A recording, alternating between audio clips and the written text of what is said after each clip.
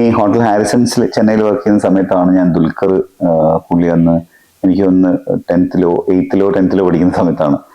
So ഞാൻ ഈ മമ്മൂക്കയൊക്കെ വരുന്ന സമയത്ത് ദുൽഖറും വരും, അങ്ങനെയുള്ള ആർട്ടിസ്റ്റൊക്കെ ഒരുപാട് ആൾക്കാർ വരുന്ന സമയമാണത്.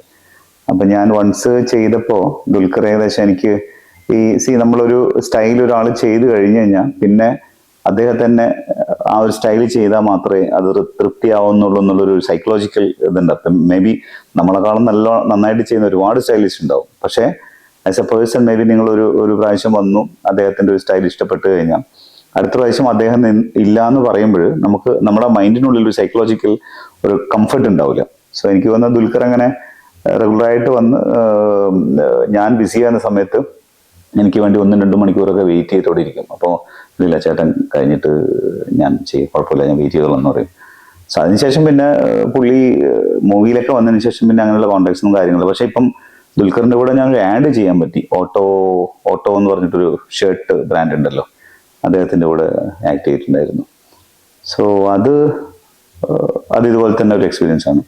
പിന്നെ പൃഥ്വിരാജിന്റെ ഓൾമോസ്റ്റ് മലയാളം ബിഗിനിങ് ടൈമിലുള്ള എല്ലാ പടങ്ങളും ഇപ്പൊ അവർക്കൊക്കെ എന്ന് പറഞ്ഞാൽ പേഴ്സണൽ സ്റ്റൈലിസ്റ്റ് ഉണ്ടാവും. മിക്കവാറും അവർ കൂടുതലായിട്ട് അവരുടെ ലൊക്കേഷനുകളിൽ പോയിട്ടും പിന്നെ സ്റ്റുഡിയോയിൽ പോയിട്ടൊക്കെ ചെയ്യുന്നുണ്ട്.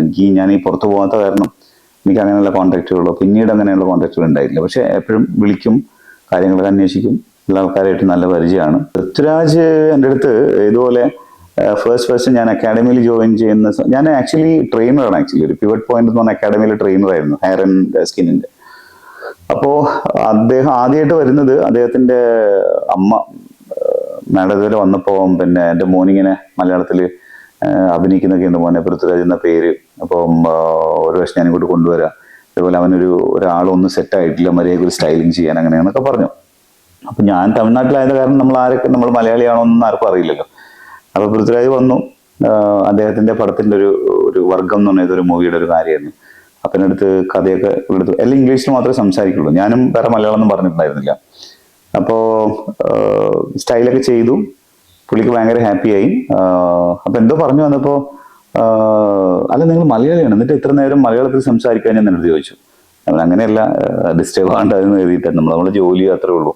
അല്ലല്ല അങ്ങനെയാണ് ഇങ്ങനെയാണ് ഒരു പുള്ളി ഭയങ്കര ഇതായിരുന്നു. പിന്നീട് എന്നെ അടുത്ത പ്രാവശ്യം പുള്ളി അപ്പോയിന്റ്മെന്റ് എടുത്ത് വന്നപ്പോൾ എൻ്റെ അടുത്ത് ആദ്യം ചോദിക്കുന്നത്, അല്ല മനോജ് ചേട്ടാ നിങ്ങൾക്ക് ഈ ഹെയർ സ്റ്റൈലിങ്ങിന്റെ നടുവിൽ അഭിനയം ഉണ്ടോ എന്ന് ചോദിച്ചു. ഞാൻ പറഞ്ഞു എന്തേ ബ്രദർ, ഇല്ല ഞാൻ ഇന്നലെ മറ്റേ റൂമിൽ എൻ്റെ റിസപ്ഷൻ ഏരിയയിൽ അങ്ങനെ ഇരുന്നപ്പോൾ പെട്ടെന്ന് ഒരു ആഡ് വന്നപ്പോൾ നിങ്ങളുടെ ഒരു ആഡാണ് വന്നിരിക്കുന്നത് TV-യിൽ. അപ്പൊ നിങ്ങൾക്കൊക്കെ ഇതിനൊക്കെ എങ്ങനെയാ സമയം കാണുന്നത്, ഇതിന്റെ നടുവിൽ അതും ഉണ്ടോ എന്ന് ചോദിച്ചു. ഞാൻ പറഞ്ഞു അങ്ങനെയല്ല ബ്രദർ, അതെന്റെ പാഷനാണ്, ഇതെന്റെ പ്രൊഫഷനാണ്.